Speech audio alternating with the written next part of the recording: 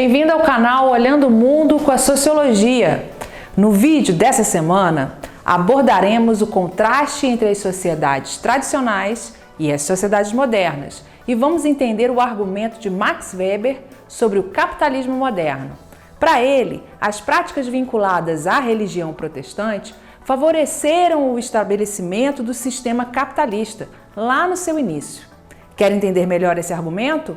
Bora ler o PET 2 de Sociologia, semana 5. Mas antes, se você ainda não está inscrito no canal, se inscreva e ative as notificações para não perder nenhum vídeo. E se as nossas aulas estão te ajudando, deixe seu like e ajude o nosso canal a crescer e chegar a mais estudantes. Bora lá? Vem comigo! As sociedades não são estáticas, elas estão sempre em transformação. Algumas se modificam muito mais rapidamente do que outras. Sabemos também que determinados eventos aceleram essas mudanças. A Revolução Industrial e o capitalismo tiveram papéis fundamentais nesses processos e nos afetam até hoje. Na semana anterior, vimos como isso transformava o trabalho, o qual estava se tornando cada vez mais especializado. Vale compreender um pouco melhor esse assunto. As sociedades tradicionais se estabeleciam em áreas rurais e, quando muito, possuíam pequenos povoados. O cotidiano dessas áreas e sua organização social eram muito diferentes das que formavam as cidades. Impulsionados pela Revolução Industrial, as cidades começam a acolher cada vez mais pessoas em busca de emprego e rendimento que estavam faltando no campo. Cidades ainda com pouca estrutura, moradias precárias e trabalho com más condições e com pouco ou nenhum direito. Se as condições de vida e de trabalho eram diferentes de antes, então essas relações entre as pessoas também se modificavam. Aconteciam de forma diferente. Por exemplo, as famílias estavam se tornando cada vez mais nucleares. O que isso quer dizer? Que as grandes e imensas famílias, comuns no campo, com vários tios, primos, tias, estavam se tornando cada vez menores, restringidas a um pequeno núcleo familiar: mãe, pai, irmãos e irmãs. O pouco espaço nas residências, com moradias muito pequenas e insalubres nas cidades em formação, ajudam a explicar o processo de nuclearização familiar. Tampouco eram necessárias tantas pessoas numa mesma família para trabalhar a terra, vantagem importante quando a vida e o trabalho aconteciam no campo. Mas não para por aí. Há inúmeros exemplos. Veja só. As pequenas moradias também tiveram um impacto na relação entre os homens e as mulheres. Como seu trabalho no campo não era mais necessário, agora as mulheres estavam confinadas em pequenos espaços, às tarefas domésticas e ao cuidado dos filhos. O homem, longe do seu trabalho na terra, tinha na sua casa seu único espaço de domínio, o que envolvia sua relação com a esposa, com os filhos e filhas. As relações familiares se modificavam não apenas no tamanho, transformando-se em nucleares, mas em sua própria organização do espaço privado.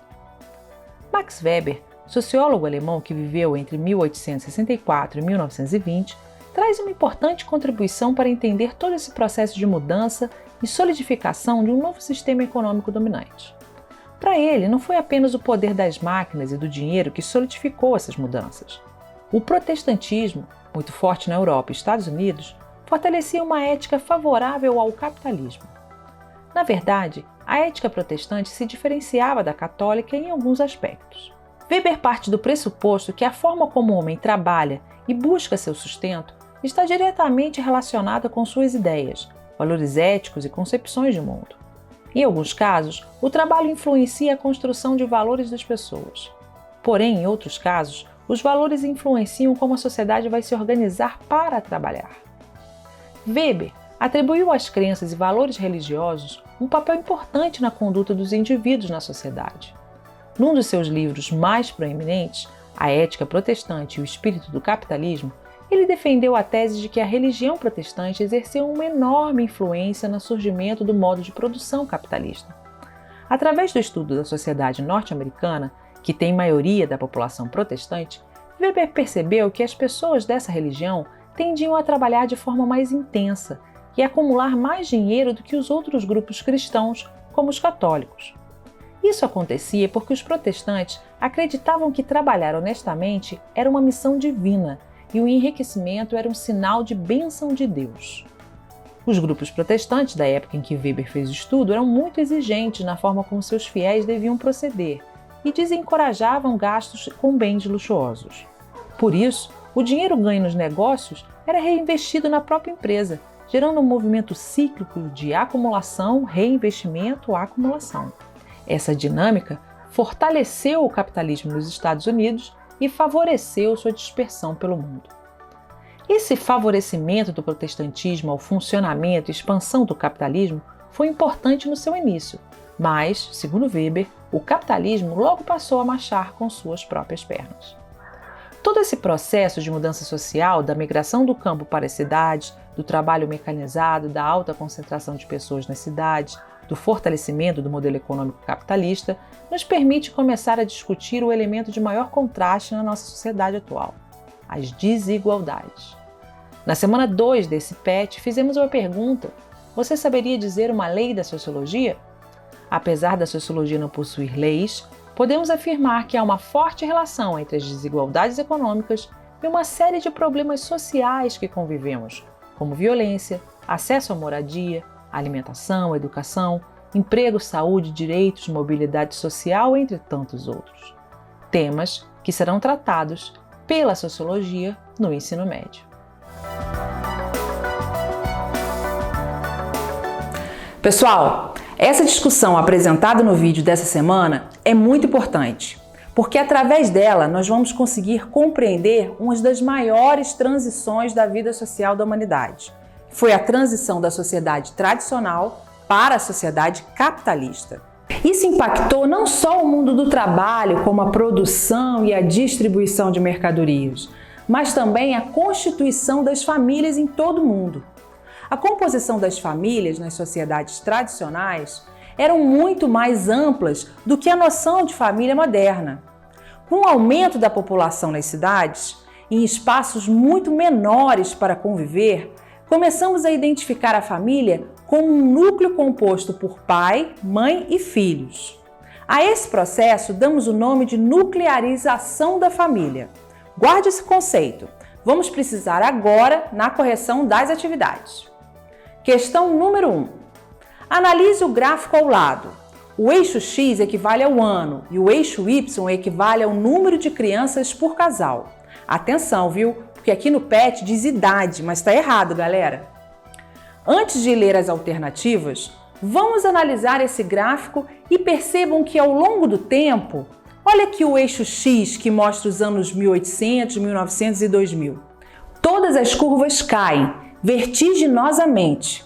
Isso significa que ao longo do tempo, os casais têm tido menos filhos. A queda é mais expressiva na Europa, no norte da Ásia e menos expressiva no continente africano, mas todas as curvas apresentam queda. Com base nas informações presentes no gráfico acima, assinale a alternativa correta.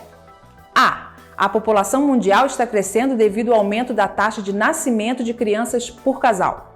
Alternativa errada. O gráfico demonstra diminuição de nascimento de crianças por casal. B. A nuclearização foi um processo iniciado a partir dos anos 2000 com maior acesso aos métodos contraceptivos. Embora o acesso a métodos contraceptivos tenha realmente impactado no número de filhos por casal, não foi a partir dos anos 2000 que a sociedade passou a ter acesso a esses métodos, e sim a partir dos anos 1960. E o processo de nuclearização se iniciou no final do século XIX e início do século XX. C. O número de filhos por casal vem aumentando em todos os continentes, com exceção da América. Alternativa errada. O número de filhos por casal cai em todos os continentes. D. Trata-se do processo de nuclearização da família, o qual ocorre em todos os continentes. Alternativa correta. O processo de nuclearização afeta o número de filhos por casal em todo o mundo. E. A população mundial está aumentando, o que invalida os dados acima. Alternativa errada. Com a diminuição das taxas de natalidade por diversos fatores, o declínio no crescimento populacional está aumentando. Segundo o Instituto de Medição e Avaliação da Saúde, da Universidade de Washington, 183 das 195 nações estarão até 2100 abaixo do limite de natalidade necessário para manter seus níveis demográficos. Questão número 2. A sociologia da religião é um dos campos de estudo mais importantes de Max Weber. Para ele, a religião não é só um conjunto de crenças, mas possui racionalidade, método, prática e influencia o modo de levar a vida. Sendo assim, a religião deve ser estudada pela sociologia, pois A. É preciso conhecer os personagens sagrados e suas histórias, objetivo maior da sociologia. Alternativa errada. Conhecer personagens sagrados pode ser um dos inúmeros objetivos da sociologia. B. Tem papel social importante e influencia nossas vidas das mais diversas formas. Alternativa correta. C. É fruto de escolha puramente individual, portanto necessário para entender as ações de cada indivíduo em particular, foco da sociologia. Errada. A religião não pode ser considerada uma escolha puramente individual. D. Tem pouca influência social, mas faz parte dos estudos culturais de um povo. Errada. Ela tem ampla influência social, justamente por fazer parte da cultura de um povo. E. A religião não é estudada pela sociologia, mas pela teologia. Errada. A sociologia tem enorme interesse e curiosidade pela religião. E chegamos ao fim de mais uma semana do PET 2 de Sociologia. Foi ótimo conversar com vocês. Que tenhamos todos uma ótima semana. Um forte abraço e até semana que vem.